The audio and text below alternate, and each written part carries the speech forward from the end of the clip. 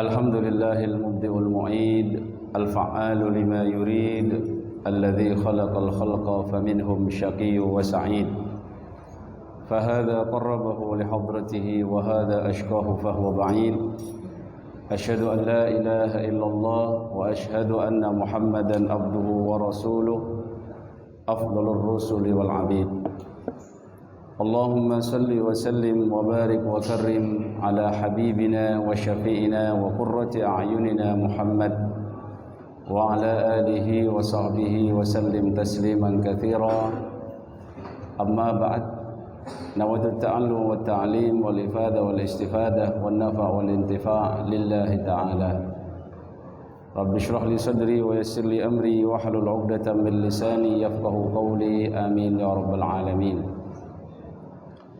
Ikhwatal iman jemaah sekalian, alhamdulillah mari kita senantiasa bersyukur kehadiran Allah Subhanahu wa taala. Pada siang hari ini kembali oleh Allah diberikan kemudahan untuk bisa melaksanakan ibadah salat zuhur berjamaah, juga terus melaksanakan ibadah puasa yang sudah hampir masuk separuh dari bulan Ramadan, di mana ibadah puasa dan ibadah sholat ini adalah bagian dari rukun Islam yang 5. Dan seseorang harus bisa mendapatkan hikmah dalam hidupnya, harus bisa mendapatkan perubahan dalam hidupnya ketika menjalankan keislamannya, khususnya dalam rukun-rukunnya.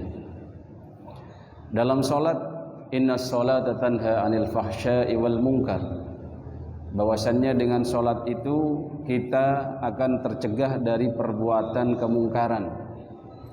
Maka biasanya kalau orang rajin sholat, apalagi sholatnya masuk dalam kehidupannya atau masuk dalam perilakunya, mengubah hatinya, maka insya Allah kebaikan-kebaikan yang lain akan juga masuk dalam dirinya.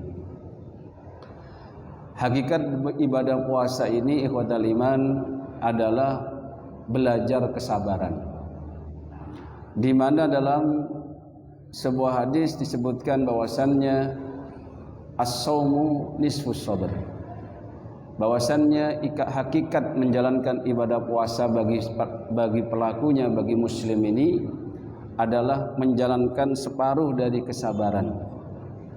Dan hidup kita dalam menjalani hidup ini, bekal yang paling kuat diantaranya separuh sabar dan separuhnya syukur.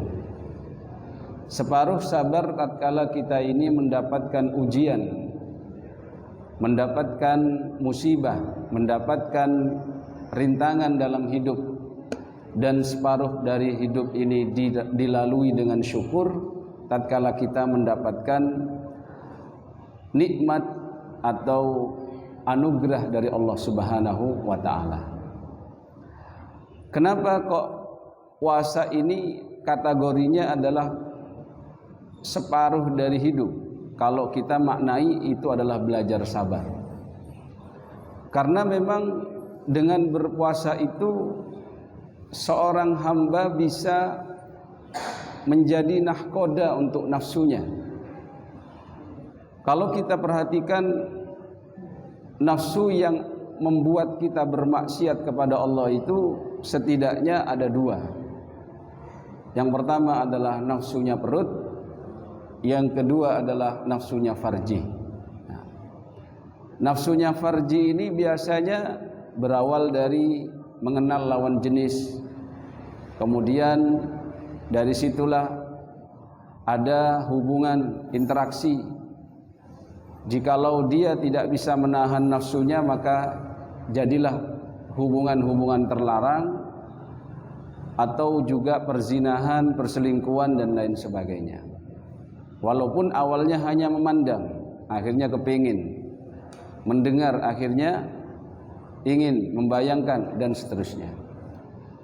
Kemudian yang kedua, maksiat yang biasanya timbul adalah berasal dari nafsunya perut, di mana orang terkadang makan tidak mengindahkan apakah halal atau haram, atau bahkan dia karena takut mati kelaparan atau takut lapar, akhirnya dia menghalalkan segala cara. Atau apalagi ketika dia menjadikan kepuasan hidupnya itu ada pada makan saja. Jadi orientasi hidupnya itu makan terus. Yang penting makan, entah itu halal haram, banyak sedikit. Ini mirip dengan sapi. Ikhwatul iman jemaah sekalian, akhirnya Allah berikan kita ini salah satu agar kita tidak menjadi abdul hawa, tidak menjadi hambanya nafsu, tidak menjadi abdul butun, hambanya perut. Salah satunya adalah dengan syariat puasa, di mana kita diperintahkan untuk menahan diri dari makan, minum, bahkan berhubungan suami istri. Padahal kalau di waktu normal perintah untuk makan dan minum itu ada dalam Al-Quran. Kulu washrabu wala tusrifu. Makan dan minumlah, jangan berlebih-lebihan. Begitu juga dalam hal hubungan suami istri. Nisa'ukum harthul lakum fa'tu harthakum anna syi'tum. Wanitamu, istrimu itu bagaikan sawah ladang yang kapan saja mau dibibiti, mau diberikan, dibajak, dicangkul, silakan. Tapi hal tersebut menjadi terlarang ketika kita dalam kondisi berpuasa. Maka ikhwatul iman jemaah sekalian, wajar kalau Allah Subhanahu wa taala memberikan pahala orang berpuasa itu dengan tanpa batasan hitungan, gitu ya. Misalkan kalau kita baca Quran itu hitungan pahalanya jelas, satu hurufnya satu kebaikan. Jadi kalau kita baca surat Al-Baqarah 2 juz setengah itu, Masya Allah, itu tinggal dikalikan saja berapa huruf. Kemudian kalikan satu kebaikan itu menjadi 10 kali lipat. Karena Nabi SAW bersabda, "Man qara'a harfan min kitabillahi falahu bihi hasanah." Barang siapa orang yang membaca satu huruf dari kitabullah, maka baginya satu kebaikan. Wal hasanatu bi asyri amsalihha, dan satu kebaikan itu dilipat gandakan menjadi 10 kali lipat. Nah, kalau dibaca di waktu sholat tambah banyak lagi. Dibaca di waktu Ramadan seperti ini dalam kondisi berpuasa kemudian beriktikaf di masjid juga lebih dahsyat lagi. Sedangkan berpuasa tidak disebutkan berapa bagiannya, berapa pahalanya. Seperti mana sedekah misalkan dilipat gandakan 700 misalkan. Puasa itu tidak ada yang tahu kecuali Allah Subhanahu wa taala. Kenapa Bapak Ibu? Karena memang kualitas puasa kita ini beda-beda ya. Sama-sama tidak makan, satunya ngersuloh, satunya itu santai. Apalagi mau buka itu gak nemu buko, atau pergi ke masjid kehabisan takjil itu. Satunya ngomel, satunya sabarlah. Paling nanti 15 menit lagi dapat, gitu ya. Nah, kualitasnya beda-beda.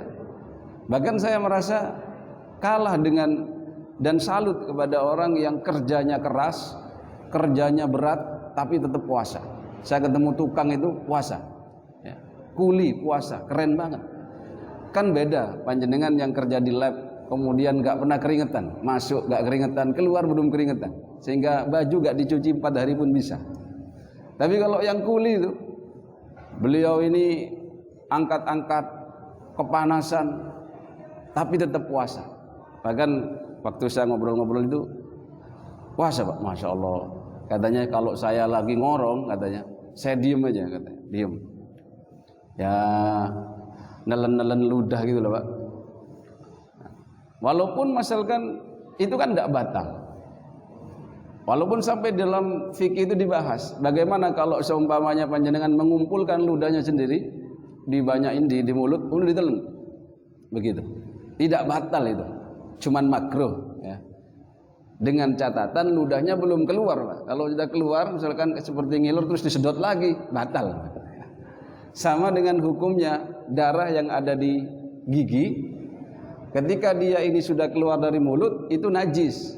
Tapi kalau masih berada di mulut, panjenengan jangan ketika meludah, ada darahnya, sampai cuci sampai berlebihan kumur-kumurnya kok ketelan, batal malah. Karena makruh. ya, kumur-kumur berlebihan. Maka ikhwatal iman jamaah sekalian, senada dengan pahalanya orang yang bersabar, innama yuwaffas sabiruna ajrahum bighairi hisab, bahwasannya Allah Subhanahu wa taala akan memberikan pahalanya orang yang bersabar itu tanpa adanya hitungan-hitungan yang tertentu, hanya Allah yang tahu. Karena kesabaran panjenengan beda-beda, Pak. Dan bahkan orientasi kesabarannya beda-beda. Misalkan lah sama-sama punya istri, sama-sama cerewetnya. Bisa jadi yang satu ini sabar kenapa? Soalnya gajinya istrinya lebih gede dari dia, dan dia berani ngelawan dia. Nah, sabar Pak, engko nek aku ngelawan, di stop gajine bojo, gak mangan temenan iki. Yang satunya ndak, gajinya dia lebih gede, posisi status sosialnya lebih tinggi, tapi memang menahan sabarnya itu karena Allah. Beda. Ya. Jadi sama dengan tatkala kita bersabar tidak makan, bersabar tatkala sakit, satunya sabar karena merasa dengan sakit ini saya akan diampuni dosa-dosa saya. Satunya, sampean kok sik sabar ya, lorong ini sampai 2 tahun. Ya apa meneh anjene gak waras-waras. Ada yang begitu, ya kan? Begitu ikhwatal iman. Jadi wajar ketika Allah Subhanahu wa taala menjelaskan dalam sebuah hadis dari Abi Hurairah radhiyallahu anhu qala Rasulullah sallallahu alaihi wasallam, qala Allah azza wa jalla, bahwasanya ini adalah hadis qudsi. Kullu amal ibni Adam lahu illa siyam. Setiap amal ibnu Adam itu untuk dia kecuali puasa. Ya. Ditegaskan seperti itu. Fa innahu li wa ana ajzi bihi. Bahwasannya puasanya anak Adam itu yang diniatkan karena Allah itu adalah milik Allah, dan saya yang berhak untuk membalasnya. Karena dia meninggalkan makan minumnya, nafsu syahwatnya karena Allah, bukan karena apa-apa. Kalau kita di luar Ramadan bebas, kapan saja kita makan, kita minum, bercumbu dengan istri. Tapi di Ramadan kita membatasi diri karena Allah, bukan karena tidak sayang kepada istri, atau bukan karena kita ini bermusuhan dengan pasangan kita. Maka ikhwatal iman, wasyamu junnah, dikatakan bahwasannya puasa itu perisai. Dalam artian bagi mereka yang mungkin nafsu syahwatnya susah untuk dikontrol, ini banyak-banyak puasa. Walaupun di luar Ramadan, misalkan mau nikah tidak kuat bayar mahar, tapi voltase tegangannya itu tinggi terus, maka lemahkan dengan puasa. Ya, panjenengan merasain lah, kalau seumpama habis asar ya, sudah mulai dehidrasi kan, mau ngeres saja nggak sanggup, karena sudah lemes ya. Kalau sudah lemas ini pertolongan untuk nafsu kita. Karena nafsu itu katanya, nafsu manusia itu dikuatkan dengan banyaknya makan dan minum. Maka wajar kalau orang yang tirakatan itu, yang riyadhatun nafs itu diantaranya memperbanyak lapar. Karena lapar itu bisa menurunkan ajakan nafsu dalam hal-hal yang mungkar. Fa idza kana yaumu shaumi ahadikum, maka tatkala kalian ini sedang berpuasa, fala yarfuth wala yashab, janganlah kalian ini berlaku hal-hal yang buruk. Kalau dalam kata-kata jangan misuan, Pak. Jadi kalau latah diganti, pas poso ini harus bedo. Biasanya misu, kalau latahnya biasanya nyebut hal-hal yang jorok, kalau pas poso itu subhanallah, itu ya, ganti, Pak. Nah, ini kebiasaan ini memang butuh pembiasaan yang lama ya. Nah, bahkan katanya fa in sabahu ahadun au qatalahu, bahkan jikalau panjenengan digarai sama orang, dipanas-panasi, diajak gelut, diajak tengkar, maka falyakul, maka katakan inni shaim, bahwasannya sesungguhnya aku ini sedang berpuasa. Bukan masalah pamer, biar dia tahu gitu loh. Dan dia pun mengingatkan untuk dirinya sendiri, saya ini puasa, saya ini puasa. Jadi kalau saya berpuasa kok tetap ngeladeni, ya, insya Allah pahalanya hilang gitu. Karena kena apa yang disampaikan, kam min shaimin laisa lahu min siyamihi illal ju' wal atas. Banyak orang yang berpuasa namun tidak mendapatkan apa-apa dari puasanya, hanya mendapatkan dahaga dan lapar. Jadi harus beda, Pak.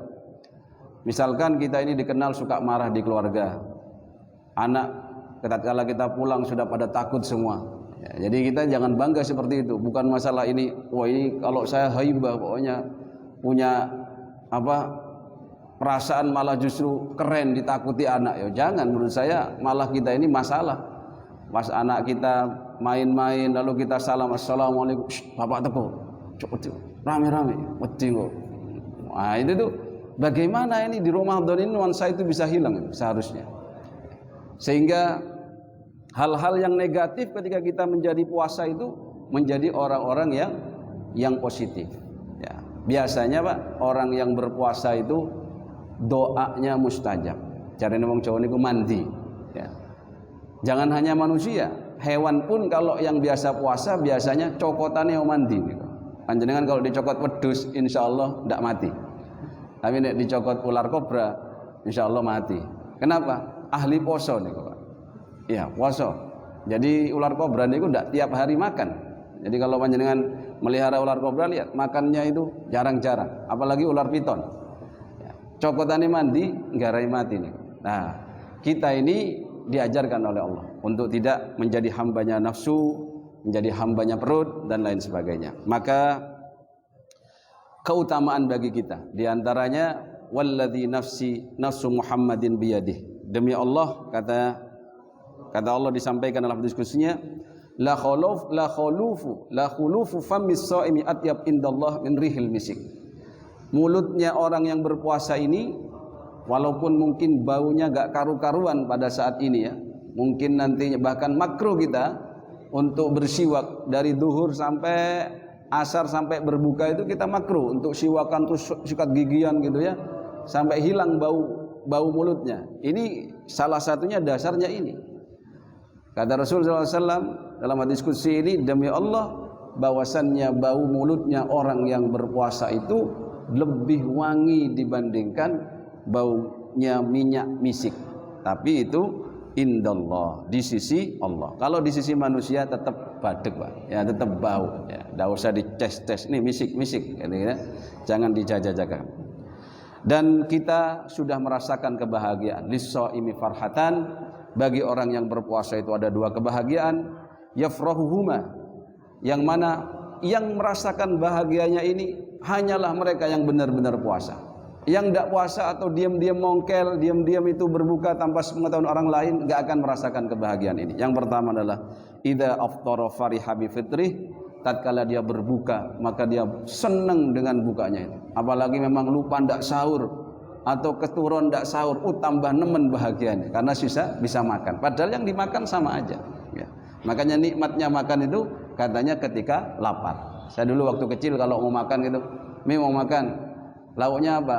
Lauknya ini, nggak ada yang lain tak? Nggak usah mangan nek gak luwe. Berarti sampean ndak lapar. Nek lapar, iwak opo enak, ya, gitu ya. Kemudian wa idza laqiya rabbahu fariha bi saumihi, dan tatkala dia bertemu dengan Tuhannya maka dia akan bahagia dengan pahala yang diberikan oleh Allah. Dia tidak menduga-duga, oh ternyata seharian saya dulu ini menahan lapar, dahaga dan lain-lain hal-hal yang mendatangkan puasa diberikan pahala oleh Allah dengan sebesar-besarnya. Muttafaqun alaih, hadis yang disepakati kesahihannya. Semoga yang sedikit ini bisa memberikan motivasi bagi kita yang terus bisa berpuasa walaupun kita ini merasakan dahaga, lapar ataupun rasa yang tidak nyaman dalam tubuh kita. Yang jelas puasa ini akan memberikan kejutan kelak tatkala kita bertemu dengan Allah Subhanahu wa taala. Mohon maaf atas segala kekurangan. Subhanakallahumma wa bihamdika asyhadu an la ilaha illa anta nastaghfiruka wa natubu ilaik. Wassalamu alaikum warahmatullahi wabarakatuh.